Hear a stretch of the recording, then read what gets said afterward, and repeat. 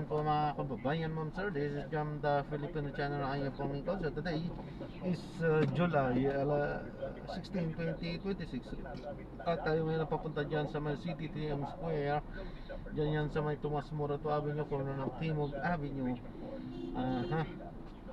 Sacred Heart, Diliman, Quezon City. At dadalhin po natin yan sa may Lihi Street, sa may Damayang Lagi, New Manila, Quezon City. Okay, so magbabalik po tayo mamaya unti po pag nakuha na po natin sila. Disclaimer lamang po, ang content po natin ay kalsada at hindi ang passenger. Kaya naman sakali man po na may marinig kayo mga pangalan ng lugar, pangalan ng tao, pangalan ng organisasyon, sa government o private man yan, ay wala pong kinalaman ang channel nito at wala pong pinapatungkulan.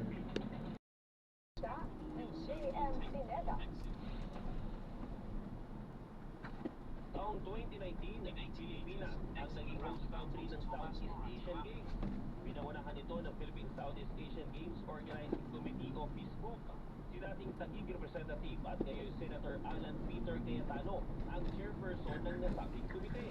Nabalot ito ng kontrobersya at nakalansa ng pangalan ng Senator Cayetano dahil sa 50 million pesos daw ang naging pondo para mabuo ang Games Squadron.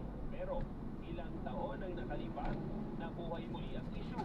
May bagong impormasyon daw kasi ang National Bureau of Investigation na may private contractor umano na tumanggap ng 10 bilyong piso para sa pagpapatayo ng New Clark City Sports Complex kahit na wala namang nangyaring bidding sa proyekto.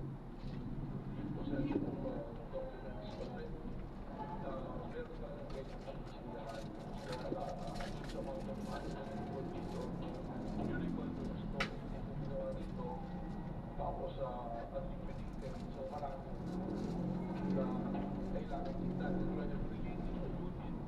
Ngayon, the task force na composed of our financial investment unit, saka financial investigation unit. Inalmahan agad ni Senator Cayetano ang pahayag ni Matibag. Tanong niya, bakit biglaan ang pagbubukas ng investigasyon sa lumang issue na dawit ang kanyang pangalan? I had nothing to do with the infrastructure. I was running for congressman during that time. So, dun sa sinasabi ni Director Matibag na may congressional insertion to fund it, it's definitely not me. Sagot naman ni Matibag dyan. Hindi naman ito so happen na may naman mag-stay na document ko. Which will be touched to investigate. Kasi kahit naman na issue na pumapasok dito with regards to corruption or anything even or not, is what we are sa akin. Wala pa rin daw pangalan na babanggitin ng NBI kung sino pa ang mga dawit sa dokumentong nakarating sa kanila. Nire-respeto naman umano ng Department of Justice ang misyon ng NBI na mustiin ang anomalya dahil isa daw ito sa kanilang mandato. Piniyak naman ang ahensya kay Senator Pia Cayetano na isa rin sa pumalag sa sinabi ni Matibag ang pagiging patas ng investigasyon ng NBI. Ako, si J.M. Beneda ng PRTV News, nagsaservisyo para sa Pilipino.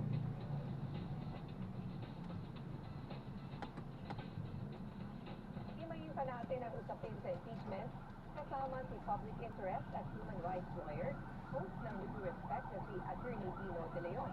Magandang gabi po, Attorney Dino.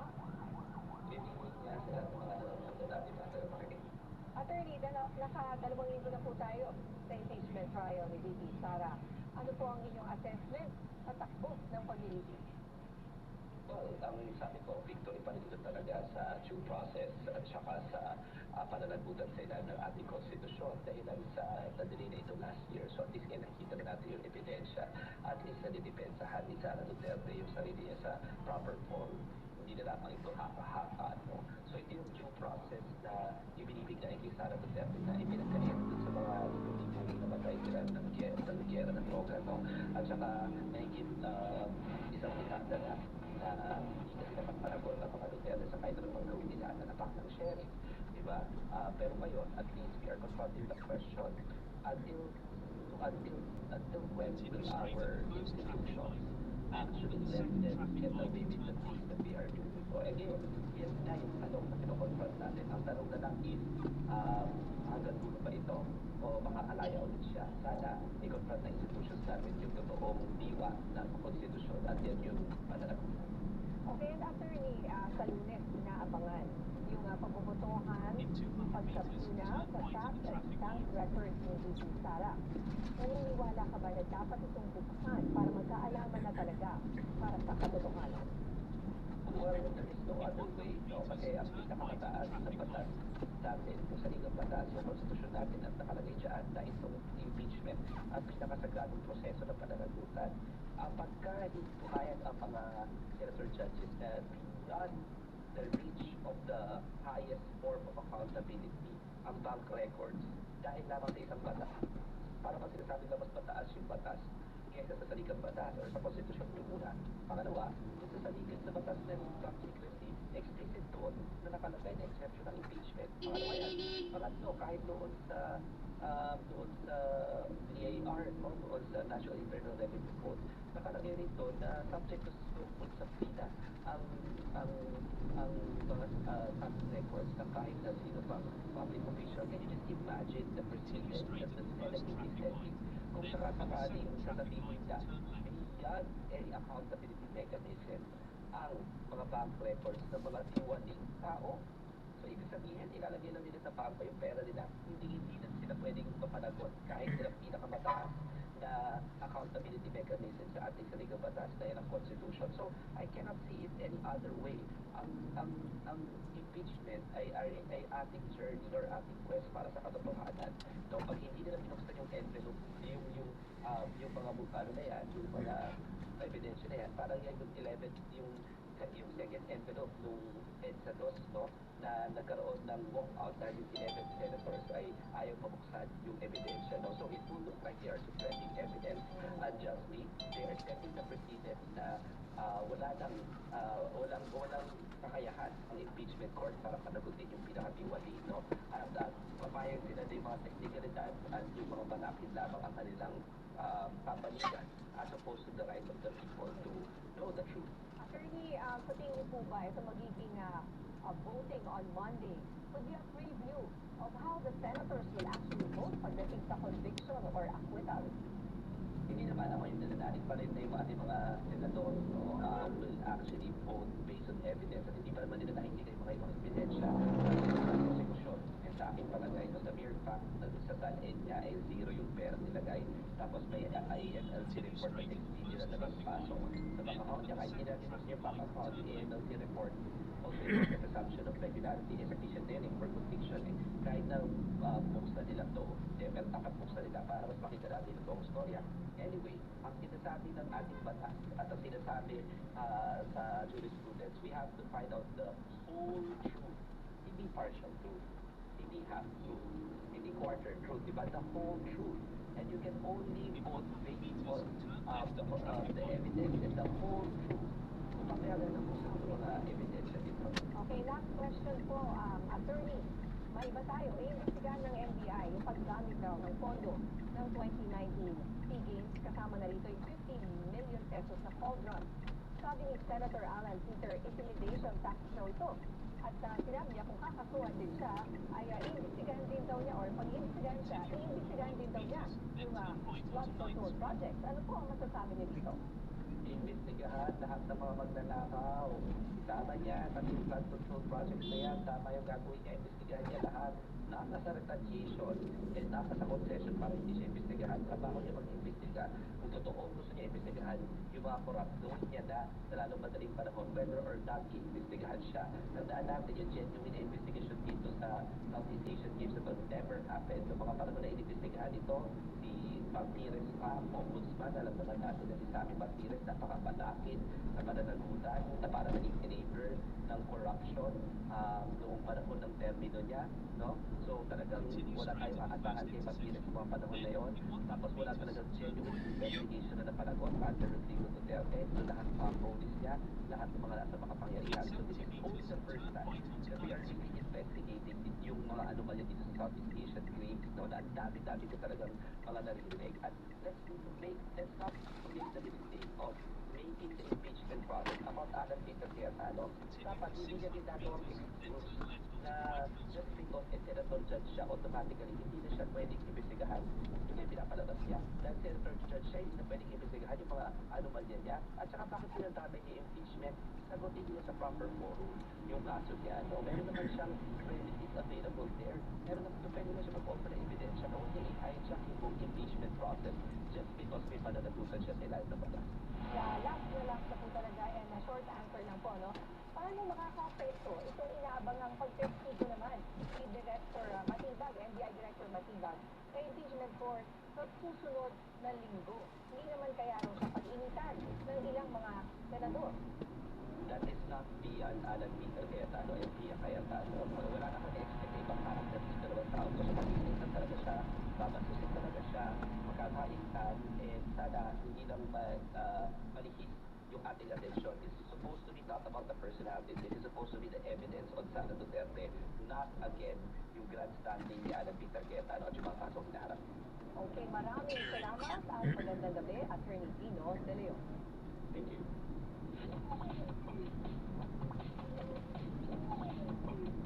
Alamin naman natin ang pinaka-latest lang sa Dry Hot Exclusive. Magsasama sa isang celebration concert ang isa sa mga hottest love teams ng henerasyon ito na talaga namang pinagkikiligan ng marami. Ano nga ba ang mga dapat abangan sa kilig celebration na ito? Kasama natin ngayon live sa studio sina Dustin Yu at Bianca De Vera o mas nilalaman Tapos, sa loob, no? Dia. Hello, Wee! Ayaw mo, Day. Hi, Aberaga Dustin and Bianca, syempre, ang tanong natin, ano bang klaseng paghahanda ang Sa kabila po. ginagawa ninyo Sa kabila. para sa Real Love Actually fan con? Ayan, syempre ngayon we're doing a couple of dance workshops together kasi syempre kailangan namin may perfect yun para sa lahat ng nanonood. Syempre singing workshops din here and there and ano ba ba? Yun, ang nag-exhibit tournament kami palagi. Perform kami ng mga Drop off. support. Ano to? Napitin ang mga fans ninyong dalawa sa Lihil. Ah. Elena Hill po. Miss Elena. Thank you. Agad-agad kayo sa festival ng contest. Ngayon taon ba meron? Ako, abangan natin yan. Abangan natin yan. Yun na lang muna ang masasabi natin. Speaking of abangan, ano yung mga dapat na pasabog na aabangan? Pakatikim lang sa mga karangkada natin sa fan ko ninyo. Syempre tulad ng lagi ko sinasabi, lahat naman ng fantasy natin dyan ay masisipad. So syempre lahat ng pagsasayaw na kaya namin gawin, lahat ng pagbibirit na kaya namin gawin. And of course, this is a very special gift to our fans who have supported us non-stop from the very start. So ayan, abangan niyo yun. Ito rin yung first time na mag-share kami ng Stage together, yeah. Okay, invite our survived karangkada para sa Does Real Love Actually fan con. Ayan, everyone, ang Does Be a Love actually sa August 8 na po yan. At one, hashtag Does Be a Kilig Celebration. Ito po ay magaganap sa NFT this August 8. Yes! So, see you guys! Maraming salamat, Dustin and Bianca. At siyempre naman sa ating mga karangkada. Diyan na po sa kaliwa yung mga basura. Abangan din natin ang ika-4 na pong anibersary ng BZMM Radyo Patrol sa Estrella. Basura? Sabado, Eto? July 18. Bilang paghahanda, naglabas na ng schedule at ilang paalala ang BZMM para sa mga paservisyo mula sa pagpapaya sa espesyal na okasyon. Inaasahan na magbubukas ang gate sa ganap na alas 8 ng umaga sa Caloocan Sports Complex. Magkakaroon din ng iba't ibang aktibidad katulad ng medical mission at workshop na tatagal hanggang alas 6 ng gabi. Para naman sa karagdagang impormasyon, maaaring bisitahin ang official Facebook fan page ng BZMM Radyo Patrol sa Isleta. Magkita-kita tayo mga kaserviso! Bye! Gun ban ipinatupad sa farm sa pagsisimula ng election period. Marami pa ang mainit na balita sa pagbabalik ng Arangkada Balita. Vice President Sara Duterte, the impeachment trial. Miyerkules, alauna imedya ng hapon sa PRTV Prime Media Channel 31. At sabay ang mapakikinggan sa FMR stations nationwide.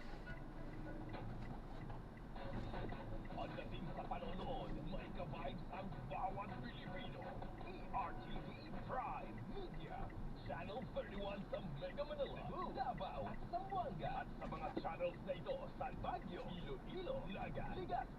Vargas, Cagayan de Oro, at General Santos, pati na rin sa YouTube. Yan ang PRTV Prime Media. Goodbye!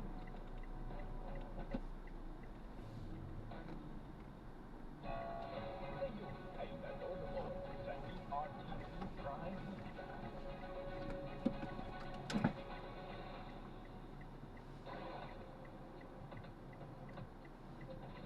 Pinatigos ng palasyo ang pahayag ni Senator Judge Alan Peter Cayetano laban kay NBI Director Attorney Melvin Matibag. Ito'y matapos questionin ni Cayetano ang pagpapaimbestiga umano sa kanya. Ayan, na-drop na natin siya. Maraming salamat po sa panonood. Hanggang sa muling ingat. God bless po.